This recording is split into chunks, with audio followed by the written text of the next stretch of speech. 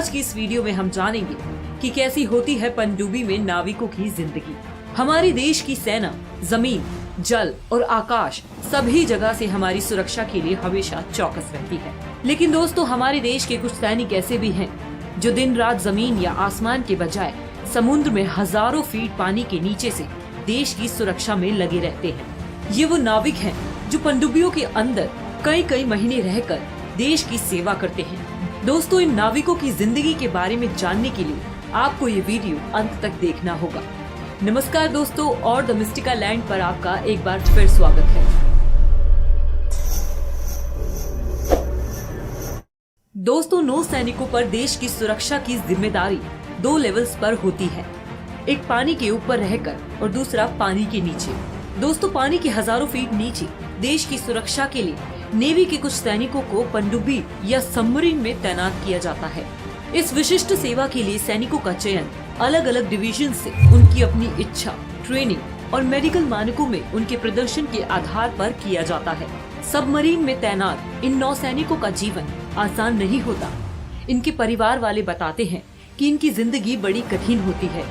जब वो किसी मिशन पर जाते हैं तो परिवार को ये भी पता नहीं होता कि वो कितने दिन के लिए कहाँ जा रहे हैं और कब वापस आएंगे। परिवार वालों को बस इतना पता होता है कि वो ड्यूटी पर जा रहे हैं, इससे ज्यादा और कोई जानकारी नहीं होती। जब वो पनडुब्बी के भीतर होते हैं तो नहाना तो दूर, उन्हें दाढ़ी बनाने का मौका भी नहीं मिलता। किसी भी देश के नौसैनिकों का सबसे घातक हथियार पनडुब्बियां ही माना जाता है। दोस्तों, सबमरीन या पनडुब्बी पानी के नीचे और ऊपर दोनों जगह चल सकती है। नाविकों का मुख्य काम पानी की गहराई मापना और दुश्मनों पर नजर रखना होता है।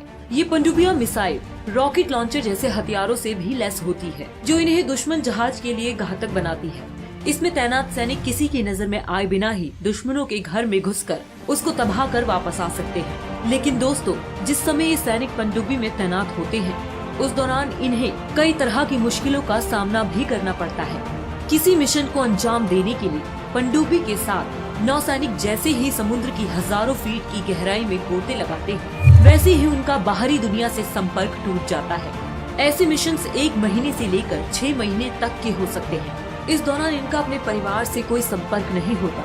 दोस्तों, आपको ये जानकर हैरानी होगी कि चारों ओर से पानी से घिरे रहने के बावजूद भी पनडुब्बी में सवार नौसैनिक कई दिनों तक नहा नहीं पाते। कई बार तो ऐसा भी होता है कि मिशन खत्म कर पानी से ऊपर आने के बाद ही इन सैनिकों को स्नान करना नसीब होता है। ऐसा इसलिए होता है क्योंकि पनडुब्बी में हमेशा पानी की कमी होती है और हर नौसैनिक को प्रतिदिन 3 से 4 मग पानी ही मिलता है। इस पर तैनात सैनिकों को पहनने के लिए डिस्पोजेबल क्लोथ दिए जाते हैं, जिसे 2 से 3 दिन के बाद उतार कर फेंक दिया जाता है। इन कपड़ों में एक खास तरह का केमिकल लगा होता है, जो नौसैनिकों को बिना नहाए भी कीटाणुओं और बीमारियों से दूर रखता है। पनडुब्बी में सभी सैनिक एक ही तरह के कपड़े पहनते हैं, चाहे वो कोई अधिकारी हो या फिर साधारण सैनिक। पनडुब्बी में रह रहे सैनिकों को कई दिनों तक सूरज की रोशनी देखना भी नसीब नहीं होता। इसके चलते जब वो समुद्र की सतह पर आते हैं तो नौसैनिकों को हाथ पैर में जकड़न जैसी समस्याओं से जूझना पड़ता है। इतना ही नहीं, नौसैनिकों को पनडुब्बी पर खाने की समस्याओं का भी सामना करना पड़ता है।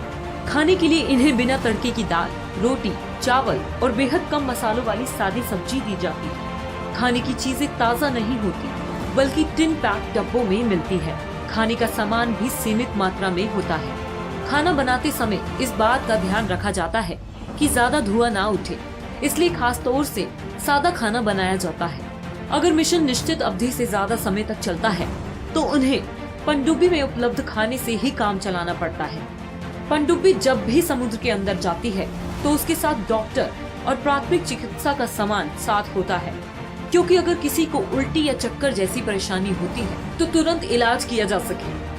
अंदर काफी सारे उपकरण लगे होने के कारण सोने की जगह बहुत ही कम होती है, इसलिए पनडुब्बी में नौसैनिकों की सोने की शिफ्ट लगाई जाती है। मिशन के दौरान सैनिकों को 5 से 6 घंटे सोने का समय मिलता है। पनडुब्बी में सोने के लिए आमने सामने 2 कंपार्टमेंट होते हैं और वहाँ का तापमान बेहद गर्म होता है, इसलिए कभी कभी कुछ नौसैनिक वहाँ भी सोने जाते हैं। यहाँ मिसाइल और टारपीडो रखे होते हैं, क्योंकि ये जगह पनडुब्बी की दूसरी जगहों के मुताबिक ज्यादा ठंडी होती है। अगर हम ये कहें कि भारतीय सेना की ये फौलाद दुनिया की सबसे खतरनाक नींद लेते हैं, तो गलत नहीं होगा। तो दोस्तों आइए हम सब मिलकर इन वीर जवानों के जज्बे को सलाम करते हैं, जो देश की सुरक्षा के लिए कुछ सबसे मुश्किल हालातों में अपनी जिंदगी बिताने के लिए तैयार है। हम उम्मीद करते हैं दोस्तों आपको हमारी ये आज की वीडियो बेहद ही पसंद आई होगी। अगर वीडियो पसंद आई हो तो इस वीडियो को ज्यादा से ज्यादा लाइक और शेयर करें, ताकि आपकी तरह ही दूसरे लोगों को भी नौसैनिकों की जिंदगी के बारे में पता चल सके। आज के लिए इतना ही। अब हमें इजाजत दीजिए। आपका बहुत बहुत शुक्रिया।